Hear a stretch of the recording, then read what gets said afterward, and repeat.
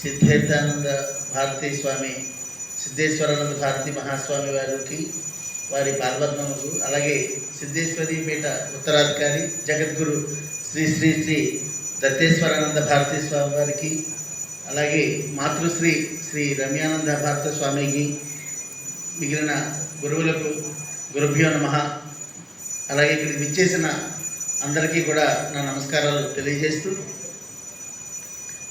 ముఖ్యంగా బద్రి గారు నాకు ఈ కుర్తాలం ప్రాంతం గురించి వివరించి చెప్పిన వెంటనే తప్పకుండా అటువంటి మహత్కార్యంలో నేను భాగస్వామి ఉండటం నా పూర్వజన్మ సుకృతంగా భావిస్తూ వెంటనే నేను తప్పకుండా చేయండి సార్ అని చెప్పడం, ఆయన వెంటనే ఈ పుస్తకాన్ని రచించడం నా పూర్వజన్మ సుకృతంగా భావిస్తున్నాను.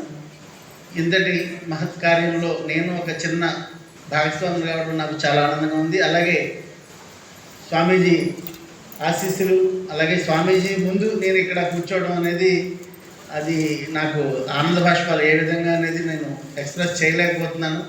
ఎందుకంటే మన ధర్మం ఏ విధంగా వెళుతుంది ఈ రోజుల్లో అనేది మనందరికీ తెలుసు.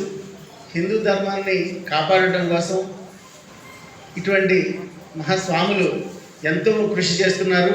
దాన్ని మనం సద్వినియోగం చేసుకుండా వేరువేరు భావాలతో బయట సంచరిస్తున్నాము. అట్లా కాకుండా మనందరం కూడా 10 మందికి అర్థమయ్యేటట్టు ఈ విషయాలన్నీ చెప్పి మన ధర్మాన్ని వారు ఎంతైతే కాపాడుతున్నారో అందులో మనం కూడా ఒక 10% మనం బయట ప్రపంచానికి మనం తెలియచెప్పినప్పుడు దానికి ఒక సార్థకత ఉంటుందని నేను నమ్ముతున్నాను.